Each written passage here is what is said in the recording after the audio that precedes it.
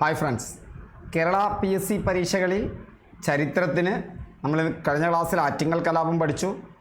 അതുപോലത്തെ ഒരു ഹോട്ട് ടോപ്പിക്കാണ് പഴശ്ശി വിപ്ലവം. ഒരുപാട് ചോദ്യങ്ങൾ വരാറുണ്ട്. അപ്പം പഴശ്ശി വിപ്ലവവുമായി ബന്ധപ്പെട്ട് 2021 മുതൽ 2024 വരെ ചോദിച്ച ചോദ്യങ്ങൾ, അതിൻ്റെ ഡീറ്റെയിൽ ആയിട്ടുള്ള വസ്തുക്കളും നമുക്കൊന്ന് പഠിക്കാം. ഇതൊക്കെ വളരെ പെട്ടെന്ന് നമുക്ക് പഠിച്ചെടുക്കാൻ പറ്റാവുന്ന പാഠഭാഗങ്ങളാണ്. കേരള സിംഹം എന്ന പേരിൽ അറിയപ്പെടുന്നത് ആര്? അതാണ് ഒരു ചോദ്യം. കേരള സിംഹം എന്ന പേരിൽ അറിയപ്പെടുന്നത് പഴശ്ശിരാജയാണ്. വീര കേരള സിംഹം എന്ന് ഇന്ത്യൻ സ്വാതന്ത്ര്യ സമരത്തിൽ ചരിത്രത്തിൽ വിശേഷിപ്പിക്കുന്നത് ആരെയാണ്? വീര കേരള സിംഹം എന്ന് ഇന്ത്യൻ സ്വാതന്ത്ര്യ സമര ചരിത്രത്തിൽ വിശേഷിപ്പിക്കുന്നത് പഴശ്ശിരാജയെ തന്നെയാണ്. പഴശ്ശിരാജയുമായി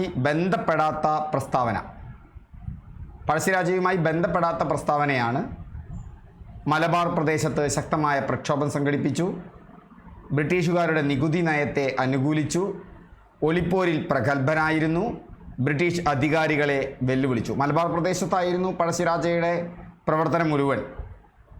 പക്ഷേ ബ്രിട്ടീഷ് നികുതി നയത്തെ അനുകൂലിച്ചിരുന്നില്ല. ബ്രിട്ടീഷ് നികുതി നയമാണ് പഴശ്ശിരാജ നടത്തിയ കലാപങ്ങൾക്കെല്ലാം കാരണം. ഏത് വിപ്ലവത്തിന് സാക്ഷ്യം വഹിച്ച മലയാണ് പുരളിമല പഴശ്ശി വിപ്ലവത്തിന് സാക്ഷ്യം വഹിച്ച മലയാണ്. ബ്രിട്ടീഷ് രേഖകളിൽ കൊട്ടിയോട്ട് രാജ, അതുപോലെ തന്നെ കൊട്ടിയോട്ട് രാജ എന്നറിയപ്പെടുന്നത് ആരാണ്? ബ്രിട്ടീഷ് രേഖകളിൽ കൊട്ടിയോട്ട് രാജ എന്നറിയപ്പെടുന്നത് പഴശ്ശിരാജയാണ്. അപ്പം പഴശ്ശിരാജയും പഴശ്ശി വിപ്ലവവും കേരള PSC പരീക്ഷകളെ സംബന്ധിച്ചിടത്തോളം വളരെ പ്രധാനപ്പെട്ട ഒരു ഭാഗമാണ്. അപ്പോൾ കോട്ടയം കേരളവർമ്മ പഴശ്ശിരാജ എന്നാണ് അദ്ദേഹത്തിൻ്റെ പേര്. 18ാം നൂറ്റാണ്ടിലാണ്. അദ്ദേഹത്തിൻ്റെ വിളിപ്പേര് കേരള സിംഹമാണ്. മലബാറിലെ ബ്രിട്ടീഷ് വിരുദ്ധ സമര നേതാവാണ്. മലബാറിലെ ആയിരുന്നു അദ്ദേഹത്തിൻ്റെ ബ്രിട്ടീഷ് വിരുദ്ധ പോരാട്ടത്തിൻ്റെ സ്ഥലം. 1799 മുതൽ 1805 വരെയായിരുന്നു. 1799 to 1805 നിങ്ങൾ നോക്കണം. ഈ 1800 എന്ന് പറയുന്ന കൊല്ലം, അതിനോട് ബന്ധപ്പെട്ട കൊല്ലങ്ങൾ എത്രമാത്രം നമ്മളെ സംബന്ധിച്ചിടത്തോളം പ്രധാനപ്പെട്ടതാണ് എന്നുള്ളത്. കാരണം നമ്മൾ കഴിഞ്ഞ ക്ലാസ്സിൽ നമ്മളിത് ചർച്ച ചെയ്തിട്ടേ ഉള്ളൂ, അല്ലേ? നമ്മൾ ആ കഴിഞ്ഞ ക്ലാസ്സിൽ ചർച്ച ചെയ്ത കാര്യങ്ങൾ കൊല്ലങ്ങൾ മറന്നു പോകും എന്നുള്ളത് കൊണ്ട് വീണ്ടും ഞാൻ നിങ്ങളെ ഒന്ന് ഓർമ്മിപ്പിക്കുകയാണ്. നമ്മൾ കഴിഞ്ഞ ക്ലാസ്സിൽ ചർച്ച ചെയ്ത ഒരു കൊല്ലമാണ്, അതായത് 1600 ബ്രിട്ടീഷ് ഈസ്റ്റ് ഇന്ത്യ കമ്പനി സ്ഥാപിക്കപ്പെടുന്നു. 1700 എന്താ? 1700 എന്തെങ്കിലും പ്രത്യേകത ഉണ്ടോ? 1750 വല്ല പ്രത്യേകതയുണ്ടോ? നമുക്കറിയാം 1757 പ്ലാസി യുദ്ധം. 1800 അതിനിടയിലാണ് 1857 ഒന്നാം ഇന്ത്യൻ സ്വാതന്ത്ര്യ സമരം. അതിനിടയിലാണ് ഈ 1800 വരുന്നത്. 1750 1850 ഇടയിൽ 1857 ഒന്നാം പ്ലാസി യുദ്ധമാണ്. ഈ 1800 കേരളത്തെ സംബന്ധിച്ചിടത്തോളം വളരെ പ്രധാനപ്പെട്ടതാണ്. എന്താണ് കേരളത്തെ സംബന്ധിച്ചിടത്തോളം പ്രധാനപ്പെട്ടാണ് പറയാനുള്ള കാരണം? ഈ കൊല്ലങ്ങൾക്കടുത്തായിട്ട് എന്തൊക്കെ നടന്നിട്ടുണ്ട്? 1792 ശ്രീരംഗപട്ടണം ഉടമ്പടി. ആ ശ്രീരംഗപട്ടണം ഉടമ്പടിയോടുകൂടിയാണ് മലബാർ ആരുടെ കയ്യിലായി മാറുന്നത്? ബ്രിട്ടീഷുകാരുടെ കയ്യിലായി മാറുന്നത്. 1791 അഥവാ SCERT ടെക്സ്റ്റ് ബുക്ക് പ്രകാരം 1792 തന്നെയാണ് കൊച്ചി രാജ്യം ബ്രിട്ടീഷുകാർക്ക് കപ്പം കൊടുത്തുകൊണ്ട് അത് സാമന്ത രാജ്യമാകാമെന്ന് തീരുമാനിക്കുന്നത്. 1795 തിരുവിതാംകൂർ ബ്രിട്ടീഷ് സർക്കാരുമായി, അല്ലാത്ത ബ്രിട്ടീഷ് സാമ്രാജ്യവുമായി കരാറിൽ ഏർപ്പെടുന്നത്. ഈ കാലഘട്ടങ്ങളിൽ തന്നെയാണ് ബ്രിട്ടീഷുകാരുടെ അവരുടെ ആധിപത്യം, അവരുടെ പ്രദേശം സ്വാധീനിച്ചു കൊണ്ടുവരുന്ന ഈ കാലങ്ങളിൽ തന്നെയാണ് എന്തും നടക്കുന്നത്? പഴശ്ശി വിപ്ലവവും നടക്കുന്നത്. ഇതിനോട് കൂട്ടി വായിക്കുമ്പോൾ 1799 to 1805 ആണ്. 1799 to 1805. അപ്പോൾ അത് അവിടെ നമുക്ക് ഓർത്തു വയ്ക്കാൻ വളരെ എളുപ്പമാണ്. 1799 to 1805. 1800 തന്നെയാണ് പഴശ്ശി കലാപങ്ങളും നടക്കുന്നത്. അപ്പോൾ ഇതാണ് പഴശ്ശി കലാപത്തിൻ്റെ കാലഘട്ടം. 1799 to 1805. എന്തെല്ലാമായിരുന്നു കാരണം? ബ്രിട്ടീഷ് നികുതി നയം, വയനാട് അവകാശവാദം, കോട്ടയത്തെ നികുതിപ്പരിവ്, അവകാശം നിഷേധിച്ചത്, ഇതൊക്കെ നമുക്ക് മനസ്സിലാക്കിയെടുക്കാം. ബ്രിട്ടീഷ് നികുതി നയത്തിനെതിരായിരുന്നു. വയനാടിൽ അവകാശവാദം ബ്രിട്ടീഷുകാർ ഉന്നയിച്ചതുമായി ബന്ധപ്പെട്ട് കോട്ടയത്തെ നികുതി പിരിവുമായി ബന്ധപ്പെട്ടത്. ജനസംഘാടനം എന്തിനു വേണ്ടിയാണ് ജനങ്ങളെ സംഘടിപ്പിച്ചത്? ബ്രിട്ടീഷുകാർക്കെതിരായ പോരാട്ടത്തിന്. ഗറില്ല തന്ത്രങ്ങൾ തന്നെയായിരുന്നു. കുഞ്ഞാലിമരയ്ക്കാരും ഗറില്ല യുദ്ധതന്ത്രങ്ങൾ നാവികപ്പടയുടെ കാലത്ത് ചെയ്തിട്ടുണ്ട് അല്ലേ? കേന്ദ്രം പുരളിമലയാണ്. പുരളിമല തലശ്ശേരി താലൂക്ക്. അപ്പോൾ പുരളിമല പഴശ്ശി വിപ്ലവവുമായി ബന്ധപ്പെട്ടതാണ് പുരളിമല എന്ന് പറയുന്നത്. പഴശ്ശിരാജയുടെ മറ്റൊരു പേരാണ് പുരളിശമ്മൻ. അപ്പോൾ രാജവംശം കോട്ടയം രാജവംശമാണ്. അതിൻ്റെ സ്ഥാപകൻ ഹരിശ്ചന്ദ്ര പെരുമാളാണ്. കേരള സിംഹം പദവി അദ്ദേഹത്തിന് ആരാ കൊടുക്കുന്നത്? സർദാർ KM പണിക്കരാണ്. സർദാർ KM പണിക്കർ എന്ന് പറയുമ്പോൾ നമ്മൾ ഓർത്തു വെക്കണം, സർദാർ KM പണിക്കറിന് മറ്റൊരു പ്രത്യേകതയുണ്ട്. എന്താ സർദാർ KM പണിക്കറിനുള്ള മറ്റൊരു പ്രത്യേകത? സംസ്ഥാന പുനഃസംഘടനാ കമ്മീഷനിൽ അംഗമായിരുന്ന മലയാളി ആയിരുന്നു സർദാർ KM പണിക്കർ. സംസ്ഥാന പുനഃസംഘടനാ കമ്മീഷനിൽ അംഗമായിരുന്ന മലയാളി ആയിരുന്നു KM പണിക്കർ. അതായത് ഫസൽ അലി കമ്മീഷൻ ഉണ്ട്, സംസ്ഥാന പുനഃസംഘടനയ്ക്ക് വേണ്ടി നിലവിൽ വന്ന ഫസൽ അലി കമ്മീഷൻ. ആ ഫസൽ അലി കമ്മീഷനിൽ അംഗമായിരുന്ന മലയാളി ആയിരുന്നു ആര്? KM പണിക്കർ. ആ KM പണിക്കർ എഴുതിയ ഒരു പുസ്തകമാണ് എന്ത്? പഴശ്ശിരാജയെ കുറിച്ചുള്ളത് കേരള സിംഹം എന്ന്. ആ കേരള സിംഹം എന്നുള്ള പുസ്തകം ഒരു ചരിത്ര നോവലാണ്. അത് പഴശ്ശിരാജയെ സംബന്ധിച്ചതാണ്. അപ്പോൾ കേരള സിംഹം എന്ന പദവി കൊടുക്കുന്നത് സർദാർ KM പണിക്കരാണ്. കാവാലം മാധവൻ പണിക്കരാണ്. പൈച്ചി രാജ, കൊട്യോട്ട് രാജ എന്നൊക്കെയാണ് അറിയപ്പെട്ടിരുന്നത്. പുരളിശമ്മൻ എന്നും അറിയപ്പെട്ടിരുന്നു. പുരളിമല പഴശ്ശി യുദ്ധങ്ങൾക്ക് സാക്ഷ്യം വഹിച്ച മലയാണ്. കാലഘട്ടം മറക്കണ്ട, 1799 മുതൽ 1805 വരെയാണ്. പഴശ്ശിരാജാവിൻ്റെ ജീവിതം ഇതിവൃത്തമാക്കിയ നോവൽ അപ്പോൾ ഏതാണ്? കേരള സിംഹം. ആ കേരള സിംഹം രചിച്ചത് ആരാണ്? സർദാർ KM പണിക്കരാണ്. പഴശ്ശി കലാപം പ്രമേയമാക്കി കേരളവർമ്മ പഴശ്ശിരാജ എന്ന ചിത്രത്തിൻ്റെ തിരക്കഥ തയ്യാറാക്കിയതാരാണ്? MT വാസുദേവൻ നായരാണ്. കേരളവർമ്മ പഴശ്ശിരാജ എന്ന ചിത്രം അതിൻ്റെ തിരക്കഥ എഴുതിയത്. ആ പേര് കേരളവർമ്മ പഴശ്ശിരാജയാണ്. ഹരിഹരനാണ് ആ സിനിമ സംവിധാനം ചെയ്തത്. തിരക്കഥ MT വാസുദേവൻ നായരാണ്. പഴശ്ശിരാജയെക്കുറിച്ചുള്ള തിരക്കഥ MT വാസുദേവൻ നായരാണ്. പഴശ്ശിരാജയെക്കുറിച്ച് ഒരു മഹാകാവ്യമുണ്ട്, വീരകേരളം മഹാകാവ്യം. ആരാ രചയിതാവ്? കൈതക്കൽ ജാതവേദനാണ്. കൈതക്കൽ ജാതവേദൻ. ചരിത്രമുണ്ട്, പഴശ്ശി സമരങ്ങൾ. KKN കുറുപ്പാണ് എന്തെഴുതിയിട്ടുള്ളത്? പഴശ്ശി സമരങ്ങൾ. ജീവചരിത്രം പഴശ്ശിരാജ ചമയങ്ങളില്ലാതെ മുണ്ടക്കയം ഗോപിയാണ്. ചരിത്ര നോവൽ ഏറ്റവും ഇമ്പോർട്ടൻ്റ് കേരള സിംഹം സർദാർ KM പണിക്കർ. ആ പഴശ്ശിരാജയുടെ മരണം ഈ നോവലിൽ പരാമർശിക്കുന്നുണ്ട്. ബ്രിട്ടീഷുകാർക്ക് പിടികൊടുക്കാതെ തൻ്റെ വജ്രമോതിരം വിഴുങ്ങിയാണ് പഴശ്ശിരാജ ആത്മഹത്യ ചെയ്തത് എന്നുള്ളതാണ് ഇതിൽ വിവരണം. ഇപ്പോൾ ഒന്നാം പഴശ്ശി കലാപം അവസാനിപ്പിച്ച വർഷം ഏത്? 1799 മുതൽ 1805 വരെയാണ് അല്ലേ? അപ്പോൾ ഒന്നാം പഴശ്ശി കലാപം അവസാനിച്ച വർഷം 1797 നമുക്ക് പഠിക്കാം. ഒന്നാം പഴശ്ശി വിപ്ലവത്തിൻ്റെ ഏറ്റവും പ്രധാനപ്പെട്ട കാരണം എന്താണ്? ഒന്നാം പഴശ്ശി വിപ്ലവത്തിൻ്റെ ഏറ്റവും പ്രധാനപ്പെട്ട കാരണം ബ്രിട്ടീഷുകാരുടെ തെറ്റായ നികുതി നയമാണ്.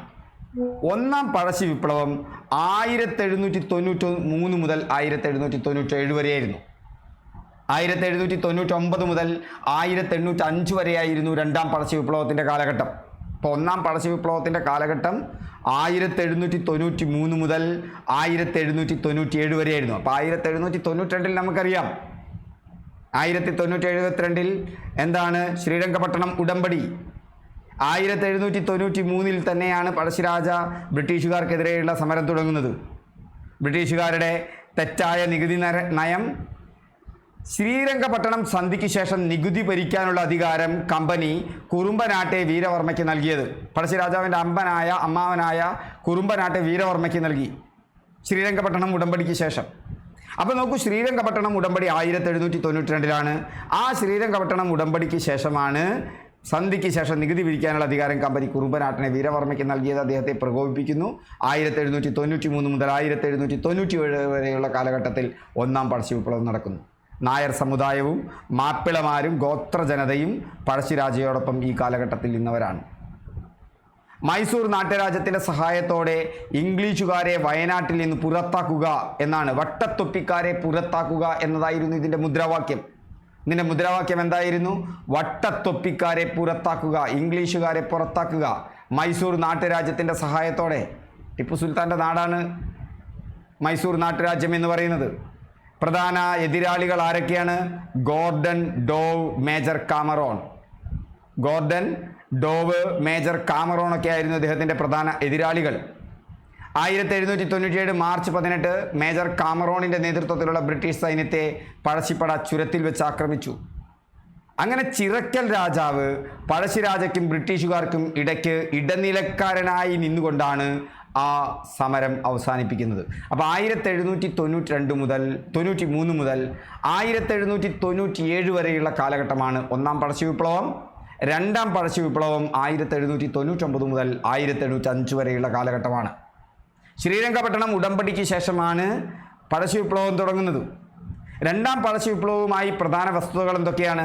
രണ്ടാം പഴശ്ശി വിപ്ലവത്തിൻ്റെ നേതാക്കൾ എന്ന് പറയുന്നത് എടച്ചേന കുങ്കുനായർ, തലക്കൽ ചന്തു, കണ്ണവത്ത് ശങ്കരൻ നമ്പ്യാർ, കൈതേരി അമ്പു. ഇതായിരുന്നു പ്രധാന നേതാക്കൾ. എടച്ചേന കുങ്കുനായർ, തലക്കൽ ചന്തു, കണ്ണവത്ത് ശങ്കരൻ നമ്പ്യാർ, കൈതേരി അമ്പു. ഈ പഴശ്ശി വിപ്ലവവുമായി ബന്ധപ്പെട്ട് നശിപ്പിക്കപ്പെട്ട കുരുമുളക് തോട്ടത്തിൻ്റെ ആസ്ഥാനം അഞ്ചരക്കണ്ടിയാണ്. ബ്രിട്ടീഷ് ഈസ്റ്റ് ഇന്ത്യ കമ്പനിക്കെതിരെ കേരളത്തിൽ നടന്ന ഒരു പ്രധാന സമരമായിരുന്നു പഴശ്ശി വിപ്ലവം. രണ്ടാം പഴശ്ശി വിപ്ലവം. എടച്ചേന കുങ്കുനായരുണ്ട്, തലക്കൽ ചന്തുണ്ട്, കണ്ണവത്ത് ശങ്കരൻ നമ്പ്യാരുണ്ട്, കൈതേരി അൻപുണ്ട്. ഇവരായിരുന്നു ഈ കലാപത്തിൻ്റെ നേതാക്കൾ. പഴശ്ശിരാജയുടെ നേതൃത്വത്തിലുള്ള ഒന്നാം പഴശ്ശി വിപ്ലവത്തിൻ്റെ തുടർച്ചയായിരുന്നു ഈ സമരം. 1799 മുതൽ 1805 വരെ മലബാർ മേഖലയിലേക്ക് തങ്ങളുടെ അധികാരം വ്യാപിപ്പിക്കാനുള്ള ബ്രിട്ടീഷ് കമ്പനിയുടെ ശ്രമങ്ങളാണ് രണ്ടാം പഴശ്ശി വിപ്ലവത്തിന് കാരണമാകുന്നത്. 1792 ഒന്നാം ശ്രീരംഗപട്ടണം ഉടമ്പടി, ആ ശ്രീരംഗപട്ടണം ഉടമ്പടിയിലൂടെയാണ് ടിപ്പുവിൽ നിന്നും മലബാർ ബ്രിട്ടീഷുകാരുടെ അധീനതയിലാവുന്നത്. അതും മലബാർ പ്രദേശത്താണ്. പഴശ്ശി സമരങ്ങൾ നടക്കുന്നത് മലബാർ പ്രദേശത്താണ്. പഴശ്ശി കലാപങ്ങൾക്ക് ഒരു കാരണം മലബാർ മേഖലയിലേക്കുള്ള തങ്ങളുടെ സ്വാധീനം വർദ്ധിപ്പിക്കാനുള്ള ബ്രിട്ടീഷുകാരുടെ ശ്രമമാണ്. ഭീമമായ നികുതി ചുമത്തി ജനങ്ങളുടെ പരമ്പരാഗത ജീവിത രീതികളിൽ ഇടപെട്ട് കമ്പനി ജനങ്ങളെ ചൂഷണം ചെയ്തിരുന്നു. ഒന്നാം പഴശ്ശി വിപ്ലവത്തിന് ശേഷം പിടിക്കപ്പെടുകയും നാടുകടത്തപ്പെടുകയും ചെയ്ത പഴശ്ശിരാജയോടുള്ള കമ്പനിയുടെ കടുത്ത നിലപാട് ജനങ്ങളുടെ രോഷത്തിന് ആക്കം കൂട്ടി. അങ്ങനെ 1800 വീണ്ടും ആരംഭിക്കാൻ 1799 ആരംഭിച്ച രണ്ടാം പഴശ്ശി വിപ്ലവം വർഷങ്ങളോളം നീണ്ടുനിന്നു. കലാപകാരികളിൽ ആദ്യഘട്ടങ്ങളിൽ 1799 അവസാനം 1800 തുടക്കത്തോടുകൂടി മലബാറിൻ്റെ പല ഭാഗങ്ങളിൽ നിന്നും ബ്രിട്ടീഷുകാരെ തുരത്തുന്നതിൽ വിജയിച്ചു. എന്നിരുന്നാലും കമ്പനി പിന്നീട് ശക്തി പ്രാപിച്ചു, ശക്തമായ തിരിച്ചടി ആരംഭിച്ചു. തുടർന്നുള്ള പോരാട്ടങ്ങളിൽ കലാപകാരികൾ പരാജയപ്പെട്ട് കാടുകളിലേക്ക് പിൻവാങ്ങാൻ നിർബന്ധിതരായി. രണ്ടാം പഴശ്ശി വിപ്ലവം ബ്രിട്ടീഷ് ഈസ്റ്റ് ഇന്ത്യ കമ്പനിക്ക് കടുത്ത തിരിച്ചടിയായിരുന്നു. പക്ഷേ അത് തോൽക്കപ്പെട്ടു. കമ്പനിയുടെ ഭരണം കരുതിയുന്നത്ര സുരക്ഷിതമല്ലെന്ന് ഇത് തെളിയിച്ചു. ഇപ്പം ബ്രിട്ടീഷ് കമ്പനിയുടെ അധിനിവേശ നയങ്ങളും കമ്പനി ചുമത്തിയ കനത്ത നികുതികളും ജനങ്ങളുടെ പരമ്പരാഗത ജീവിത രീതിയിലെ കമ്പനിയുടെ ഇടപെടലും ഒക്കെയാണ് പഴശ്ശി കലാപങ്ങൾക്ക് കാരണം. അങ്ങനെ പല കാരണങ്ങൾ ഈ പഴശ്ശി കലാപങ്ങൾക്കുണ്ട്. ഇപ്പോൾ വയനാടൻ വനങ്ങളിൽ കേന്ദ്രീകരിച്ച് ബ്രിട്ടീഷുകാർക്കെതിരെ ഒളിപ്പോര് യുദ്ധം നടത്തിയത് ആരായിരുന്നു? പഴശ്ശിരാജ. പഴശ്ശി സ്മാരകം എവിടെയാണ് നിൽക്കുന്നത്? വയനാട് മാനന്തവാടിയിലാണ്. പഴശ്ശി ഡാം എവിടെയാണ്? പഴശ്ശി ഡാം കണ്ണൂരിലാണ്. പഴശ്ശി മ്യൂസിയം കോഴിക്കോടുമാണ്. പക്ഷേ പഴശ്ശി ഗുഹ മലപ്പുറാണ്. പഴശ്ശിരാജ കോളേജ് വയനാട് പുൽപ്പള്ളിയിലാണ്. അപ്പോൾ വയനാട് പുൽപ്പള്ളിയിൽ പഴശ്ശിരാജ കോളേജ്, മാനന്തവാടിയിൽ പഴശ്ശി സ്മാരകം, പഴശ്ശി ഡാം കണ്ണൂരാണ്, പഴശ്ശി മ്യൂസിയം കോഴിക്കോടാണ്, പഴശ്ശി ഗുഹ മലപ്പുറമാണ്. Pazhassiraja NSS college Mattannur കണ്ണൂരിലാണ്. രണ്ടാം പഴശ്ശി വിപ്ലവം 1800 to 1805 1799 അവസാനത്തോടു കൂടി തുടങ്ങുന്നുണ്ട്. അങ്ങനെയും പറയാം. 1799 to 1805, 1800 to 1805. എന്താണ് പ്രധാനപ്പെട്ട കാരണങ്ങൾ? ബ്രിട്ടീഷുകാർ വയനാട് കൈയടക്കാൻ ശ്രമിച്ചതാണ്. ബ്രിട്ടീഷുകാരുടെ ഭാരമേറിയ നികുതി, പരമ്പരാഗത ആചാരങ്ങളിലും ജീവിത രീതികളിലുമുള്ള കടങ്കയറ്റം, ഒന്നാം പഴശ്ശി വിപ്ലവത്തിന് ശേഷം പഴശ്ശിരാജയോടുള്ള കടുത്ത സമീപനം. പഴശ്ശിരാജയുടെ പിന്തുണച്ച ഗോത്രവർഗ്ഗക്കാരായിരുന്നു? കുറിച്യരായിരുന്നു. ആ കുറിച്യർ, അതുപോലെ പ്രധാന ആളുകൾ ചെമ്പൻ പോക്കർ, കൈതേരി അമ്പുനായർ, എടച്ചേരി കുങ്കൻ നായർ, തലക്കൽ ചന്തു, വയനാട്ടിലെ കുറിച്യ നേതാവ് തലക്കൽ ചന്തു, അത്തൻ ഗുരുക്കൾ. 1802 എടച്ചേന കുങ്കനും തലക്കൽ ചന്തുവും ചേർന്ന് പനമരക്കോട്ട പിടിച്ചെടുത്തു. പനമരം കോട്ട 1802 പിടിച്ചെടുത്തു. പക്ഷേ 1805 നവംബർ 30 മാവിലാം തോടിൽ വെച്ച് പഴശ്ശിരാജ വധിക്കപ്പെട്ടു. മാവിലാം തോടിൽ വെച്ച് പഴശ്ശിരാജ വധിക്കപ്പെടുന്നു 1805 നവംബർ 30. അങ്ങനെ നമ്മുടെ പഴശ്ശി കലാപവുമായി ബന്ധപ്പെട്ട വിപ്ലവം അടിച്ചമർത്തിയ ബ്രിട്ടീഷ് സൈനിക മേധാവി കേണൽ ആർതർ വെല്ലസ്ലിയാണ്. കേണൽ ആർതർ വെല്ലസ്ലിയാണ് വിപ്ലവം അടിച്ചമർത്തിയ ബ്രിട്ടീഷ് സൈനിക മേധാവി. തലക്കൽ ചന്തു സ്മാരകം സ്ഥിതി ചെയ്യുന്നത് എവിടെയാണ്? പനമരം, വയനാടാണ്. അപ്പോൾ ബ്രിട്ടീഷുകാർക്കെതിരെ പോരാടാൻ പഴശ്ശിരാജ വയനാടിൻ്റെ കാടുകളെ അടിസ്ഥാനമാക്കി ഗറില്ല യുദ്ധമുറകൾ പ്രഖ്യാപിച്ചു. രണ്ടാം പഴശ്ശി വിപ്ലവം കേരളത്തിലെ ബ്രിട്ടീഷ് ഭരണകൂടത്തിന് പ്രധാന വെല്ലുവിളിയായിരുന്നു. സ്വാതന്ത്ര്യ സമരത്തിൽ പോരാടിയ ധീരനായ പോരാളിയായിരുന്നു പഴശ്ശിരാജ. അപ്പോൾ രണ്ടാം സമരം എന്ന് പറയുന്നത് 1799 to 1805 അല്ലെങ്കിൽ 1800 to 1805 രണ്ടും ശരിയാണ്, അവസാനത്തോടു കൂടിയാണ്. പക്ഷേ ശരിക്കും ഒരു തുടക്കമാകുന്നതൊക്കെ 1800 ഒരു തീവ്രതയൊക്കെ വരുന്ന 1800 ശേഷമാണ്. പഴശ്ശിരാജ വധിക്കപ്പെടുന്നത് 1805 നവംബർ 30 അല്ലെങ്കിൽ പഴശ്ശിരാജ ആത്മഹത്യ ചെയ്യപ്പെടുന്നത് 1805 നവംബർ 30 പഴശ്ശിരാജ വധിക്കപ്പെടുന്നത്. എടച്ചേന കുങ്കനും തലക്കൽ ചന്തുവും ചേർന്നാണ് പനമരം കോട്ട പിടിച്ചടക്കുന്നത്. അത് 1802 അത്തൻ ഗുരുക്കൾ, തലക്കൽ ചന്തു, എടച്ചേന കുങ്കുനായർ, കൈന്തേരി അമ്പു നായർ എന്നിവരൊക്കെയാണ്, ചെമ്പൻ പോക്കർ എന്നിവരൊക്കെയാണ് പ്രധാന വ്യക്തികൾ. രണ്ടാമത്തേതിൽ നടന്നിരുന്നത് അദ്ദേഹത്തെ സപ്പോർട്ട് ചെയ്ത ഗോത്ര സമൂഹം എന്ന് പറയുന്നത്, ആദിവാസി സമൂഹം എന്ന് പറയുന്നത് കുറിച്യരാണ്. പിന്നീട് കുറിച്യ കലാപം വരുന്നുണ്ട്.